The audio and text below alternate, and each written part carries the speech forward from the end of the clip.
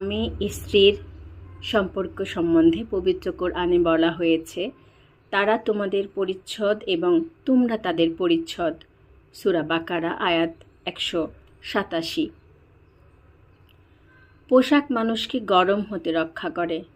পোশাক মানুষের সৌন্দর্য বৃদ্ধি করে।